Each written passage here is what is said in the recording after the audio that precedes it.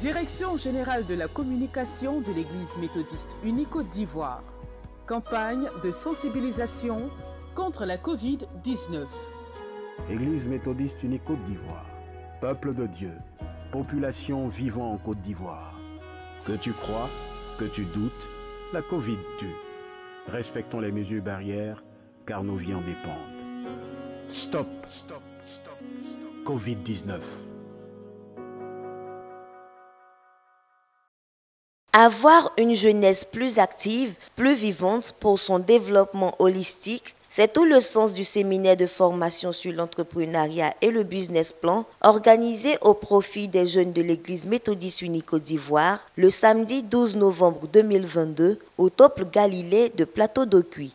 Concernant les jeunes, 2 années ont été dédiées à la jeunesse et pour servir de rampe de lancement, n'est-ce pas, au dispositif à mettre en place pour le développement personnel des jeunes et la contribution des jeunes au développement de l'Église et de la société. Il y a une inadéquation entre la formation et l'emploi dans notre système éducatif. Et puis, pour essayer de corriger cela, l'Église a consenti un certain nombre d'efforts. Et l'Église a mis en place des projets générateurs de revenus à l'intention des jeunes. Nous avons cherché et nous nous sommes rendus compte qu'il manquait quelque chose dans la formation, notamment la gestion des projets et la conduite des projets. C'est dans cette optique que le bishop a initié donc ce séminaire pour recadrer les jeunes en termes d'élaboration de projets, de conduite de projets et surtout de leadership, d'entrepreneuriat. Or, cela nécessite la conception d'un business plan. Portant sur les généralités sur l'entrepreneuriat, la validation d'une idée de projet et la rédaction d'un business plan, cette session de formation a vu la collaboration du ministère en charge de la jeunesse et de l'insertion professionnelle. Ce programme vise donc à impacter la population, la solution aux différentes problématiques, qu'elles soient étatiques ou qu'elles relèvent des jeunes, passe par l'initiative privée, donc en l'occurrence l'entrepreneuriat. En la matière, il importe que chaque jeune qui veuille entreprendre puisse disposer d'un document de cadrage qui sera son étude de faisabilité, son business plan. Autant donc la décision d'entreprise se fait, après il faut donc passer à la phase d'élaboration de business plan et c'est la dernière étape de la formation de ce jour. Ce sont au total 115 jeunes, filles et garçons, venus des différents districts de l'Église méthodiste unie Côte d'Ivoire qui ont pris part à cette formation qui s'est soldée par la remise de certificats de participation. Nous avons été instruits comment faire pour entreprendre et comment faire pour pouvoir aussi effacer les obstacles concernant l'entrepreneuriat et aller de l'avant.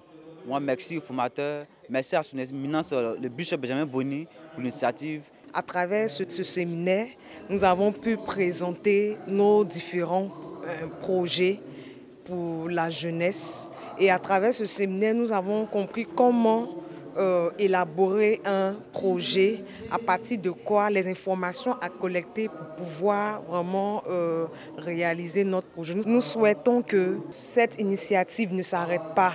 Voilà là, mais qu'il y ait aussi une partie pratique pour la prochaine séance qui sera organisée par la grâce de Dieu. Il est indispensable pour nous de créer des emplois au travers des activités génératrices de revenus, en créant des entreprises pour répondre aux besoins de la société. Et cela est primordial aujourd'hui pour la société, pour le développement de la Côte d'Ivoire, pour le développement des communautés. Cette formation est pratique. Cela permet à un jeune de pouvoir rédiger un projet.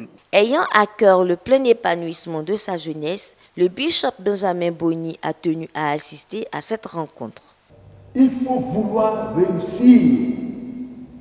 Nous encourageons ce que vous avez appris, ressassez cela, regardez, voyez ce que vous pouvez faire, mais commencez petitement, jouez la carte de l'humilité, la carte de la foi dans le Seigneur, la carte de la responsabilité, de l'honnêteté, et cela réussira.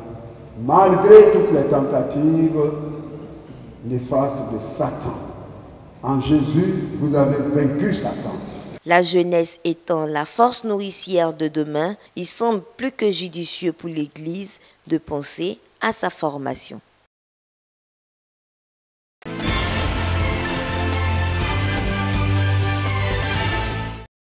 Jeudi 17 novembre 2022, il est 9h30 et nous sommes dans les locaux de la Direction générale des écoles méthodistes où une rencontre de grande envergure a été initiée. Au menu, la signature d'un protocole d'accord entre deux parties. D'une part, la Direction générale des écoles méthodistes et d'autre part, les syndicats des enseignants du préscolaire, du primaire, du secondaire et les représentants du personnel non enseignant. Un protocole d'accord, de quoi s'agit-il plus exactement? Le protocole d'accord est un instrument de gestion des rapports entre les syndicats et tous les partenaires sociaux avec la Direction générale des écoles méthodistes. Ce protocole d'accord donc est placé sous l'égide du conseil d'administration des écoles méthodistes. La rencontre de ce jour est le fruit d'un séminaire tenu les 18 et 19 février 2020 à Jacquesville. Séminaire au cours duquel les différents syndicats du personnel ont égrené un chapelet de préoccupations vis-à-vis de leurs conditions de travail.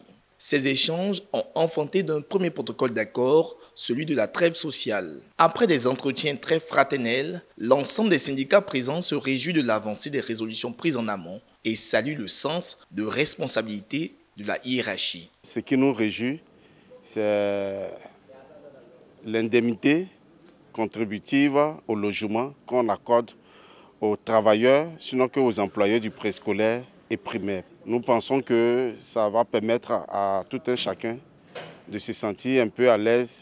Ce sont plusieurs mois de négociations pilotés par le conseil d'administration de la Direction générale des écoles méthodistes à travers sa commission parlementaire permanente dirigée par M. Djomon Yapi Constant.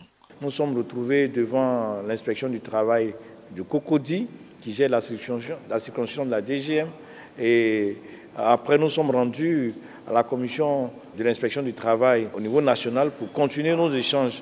Et c'est à l'issue de ces échanges de là-bas que nous sommes revenus ici encore à la DGM pour les parfaits afin de rendre un document fiable et qui puisse aider surtout nos travailleurs au niveau des écoles méthodistes à avoir une condition de vie meilleure.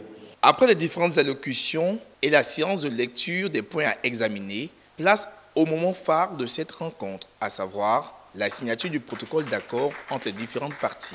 Mise en mission par l'Église méthodiste unique Côte d'Ivoire depuis 2012, M. Lazare Kouassi, directeur général des écoles méthodistes, rend gloire à Dieu pour cet heureux aboutissement.